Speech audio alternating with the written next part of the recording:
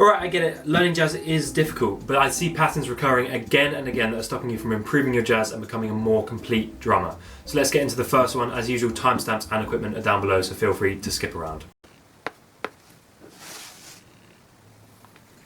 Okay, the first no-no in jazz is not swinging your groove, so let's take a quick look at what that might look like.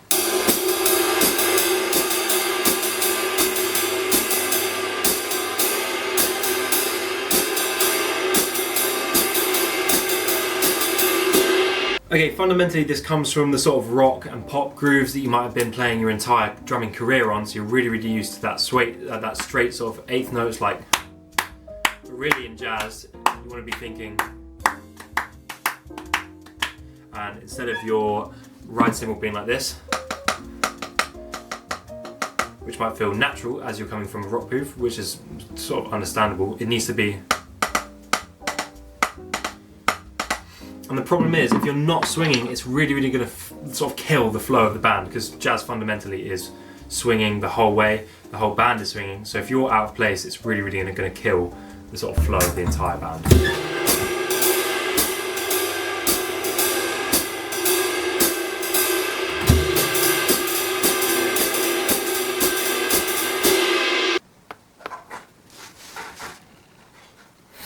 Okay, next up is a really common one that I see almost even advanced drummers will get wrong when they're playing jazz, and that's the dynamics. So you're playing too loud. So let's take a quick example of what that might look like.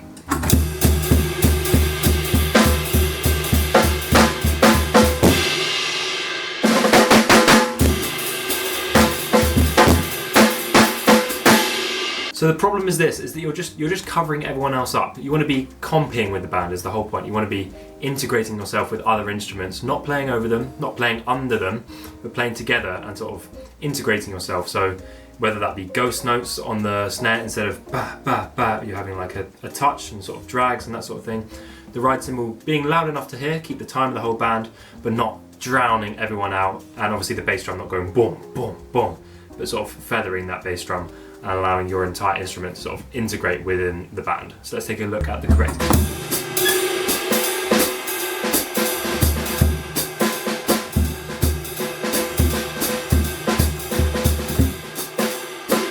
Okay, if you are enjoying the video, make sure to drop a comment and let me know what you thought, and stick around to the end to see the rest of the clips. Thanks very much. Okay, next up is your independence. Let's take a quick look at this one.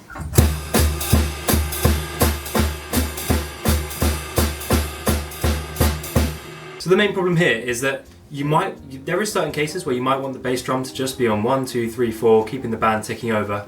But really, when you're comping with other instruments, you want to be complementing them and playing exactly what you want on each limb. So the problem is you don't have the independence to play what you want to play with other people in the band. So you need to build up that limb independence to the point where you're call and responsing with someone else. You can play whatever you want, whatever you think complements best their instrument, and that really builds up your jazz game when you can understand that sort of concept.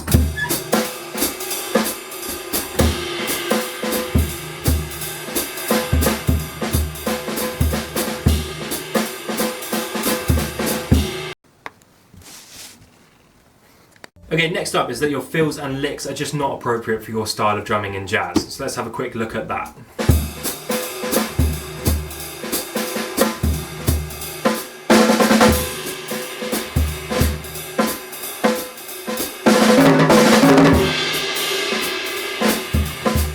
So for this example, you might have a super loud rock fill coming out of a sort of jazz thing where you need a more sort of soft and quiet lick. And the sort of thing I'm trying to get you to understand is that it's meant to complement with other people. You're not there to drown out them out with a super loud fill into the next section. You want to complement the music, maybe a little bit softer, maybe some more intricate fills that actually complement the entire band instead of drowning them out as you move into a new section. And yeah, just being a bit more creative and a bit more soft mainly with your fills.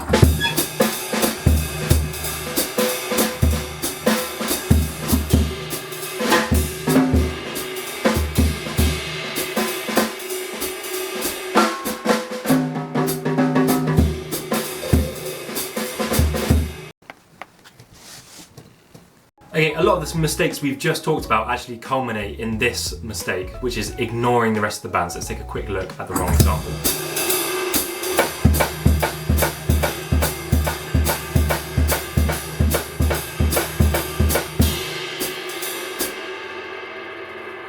So here, you're playing the same groove for the entire track, which might be what the song needs, in which case do play the same groove for the entire track. But what you want to be doing, again, I've said earlier, listen to the people around you, listen to the bass, listen to the piano, listen to your trumpet or your sax, whatever you've got. Listen to what they're playing, integrate yourself with them, compliment them, call and response with them. Do stuff that's interesting and makes everyone else playing sound better, and that's what complimenting's all about. Not drowning anyone out and sort of making the whole band sound better. So yeah, let's have a quick look at what that might look like.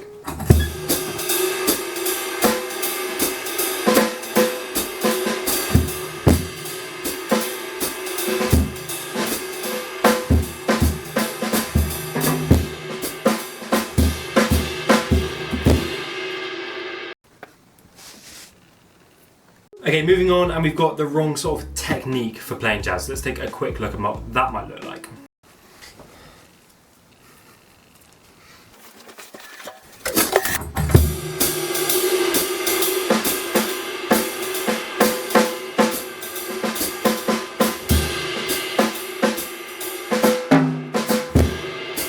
So what we've got here, we've got a combination of multiple different things. We've got you death gripping the sticks, we've got you sort of really whacking the cymbals. You just want to be, the whole thing is jazz, you just got to think about what the old guys were like. You got to think that they were super loose when they were playing, they sort of flowed around the kit.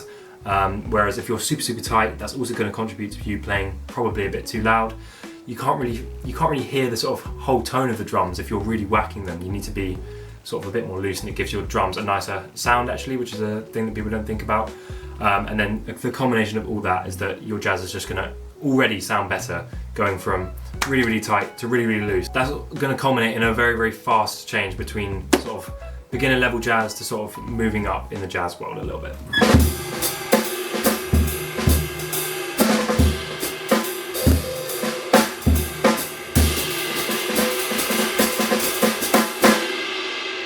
Okay, perfect. You've already implemented all of the techniques. You're already a better jazz drummer. Let me know how you get on in the comments below. And yeah, thanks very much for watching.